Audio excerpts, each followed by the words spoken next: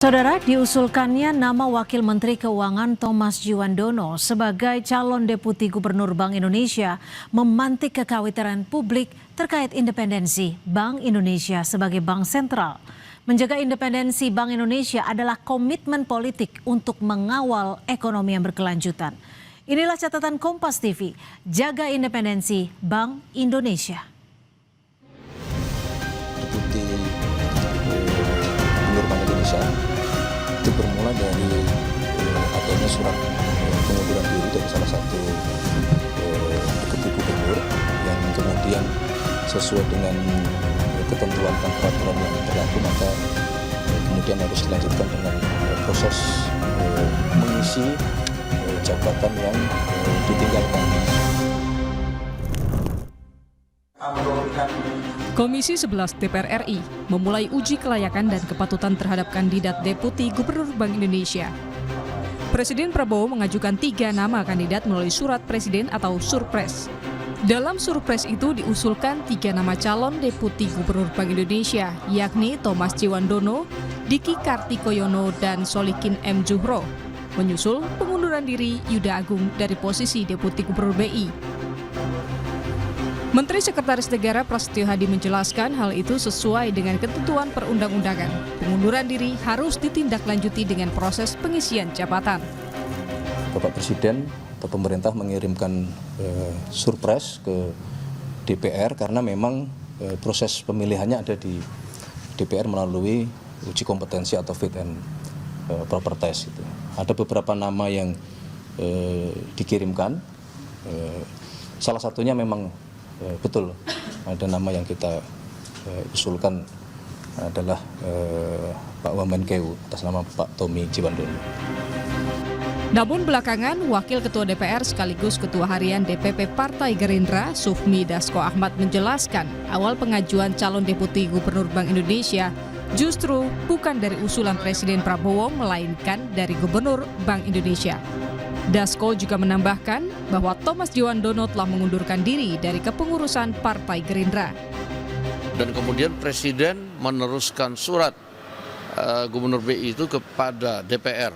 Jadi usulan nama-nama itu bukan dari Presiden tetapi dari Gubernur BI, Pak Tommy Djiwandono, itu sudah tidak dalam struktur kepengurusan yang baru sejak kami Munas kemarin. Per 31 Desember 2025 kemarin, yang bersangkutan sudah mengajukan pengunduran diri sebagai pengurus partai. Sementara itu, Bank Indonesia mengklaim pencalonan Wakil Menteri Keuangan Thomas Aquinas Djiwandono sebagai Deputi Gubernur BI tidak akan memengaruhi mandatnya sebagai bank sentral.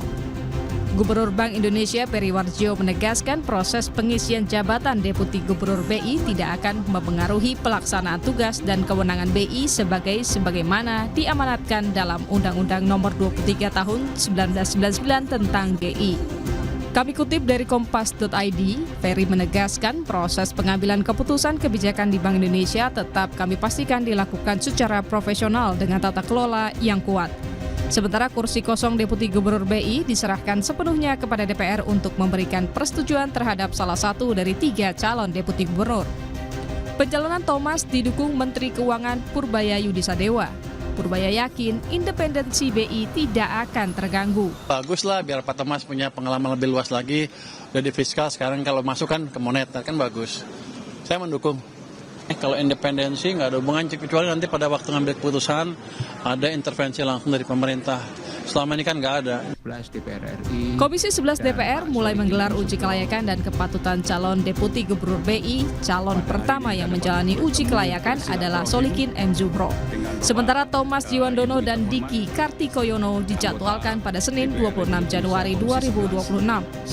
Independensi Bank Sentral diharapkan dapat terjaga dalam menjalankan amanat undang-undang. Tujuan BI mencapai dan memelihara kestabilan rupiah. Untuk mencapai tujuan itu, BI mempunyai tugas untuk menetapkan dan melaksanakan kebijakan moneter, mengatur dan menjaga kelancaran sistem pembayaran, serta mengatur dan mengawasi perbankan. Tim Liputan, Kompas TV. Diusulkannya nama Wakil Menteri Keuangan Thomas Djiwandono sebagai calon Deputi Gubernur Bank Indonesia memantik kekhawatiran publik terkait independensi Bank Indonesia sebagai bank sentral. Posisi Thomas sebagai orang dekat Presiden Prabowo dikhawatirkan menjadi pintu masuk intervensi politik terhadap kebijakan moneter Bank Indonesia. Pasar modal pun langsung bereaksi. Nilai tukar rupiah yang sedang melemah semakin turun lebih dalam hingga menyentuh angka Rp16.981 per dolar Amerika. Di tengah pertengahan pekan ini, Gubernur Bank Indonesia Peri Warjio mengakui bila pelemahan nilai tukar rupiah tersebut dipengaruhi juga oleh persepsi pelaku pasar atas pencalonan Thomas Djiwandono. Bagi publik, khususnya pelaku pasar, independensi Bank Indonesia sebagai bank sentral sangat penting. Karena independensi adalah indikator kestabilan ekonomi dalam jangka panjang terkait bidang moneter. Hal ini juga dijamin oleh Undang-Undang Nomor 23 Tahun 1999 tentang Bank Indonesia yang menegaskan Bank Indonesia harus bebas dari campur tangan pemerintah atau lembaga politik lain dalam menentukan kebijakan moneter. Hasilnya, saat terjadi krisis finansial global tahun 2008 dan pandemi COVID-19, Bank Indonesia mampu optimal menjalankan perannya untuk menjaga ekonomi agar tetap stabil.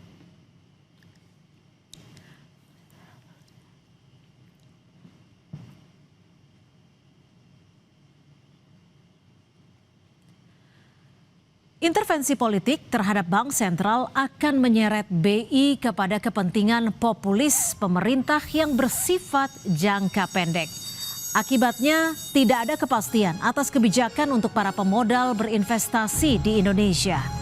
Lebih parahnya lagi, gangguan terhadap independensi BI akan merusak kredibilitas kebijakan moneter yang pada ujungnya adalah kehilangan kepercayaan pelaku pasar.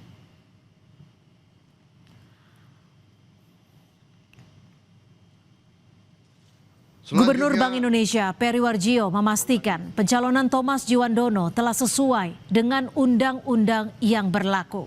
Thomas sendiri telah mundur dari Partai Gerindra sejak 31 Desember 2025 lalu. Sebelum namanya diusulkan sebagai calon Deputi Gubernur Bank Indonesia. Tentu kita mengapresiasi itikat baik tersebut.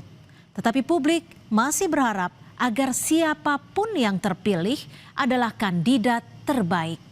Disinilah komitmen Presiden Prabowo dan pemerintahannya mulai diuji. Menjaga independensi Bank Indonesia adalah komitmen politik untuk mengawal ekonomi yang berkelanjutan.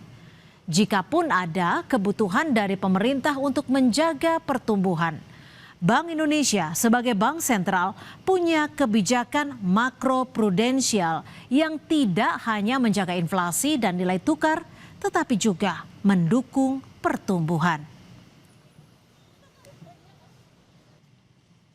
Kuncinya adalah komunikasi baik antar otoritas fiskal dan moneter tanpa harus melanggar prinsip independensi bank sentral sesuai ketentuan undang-undang.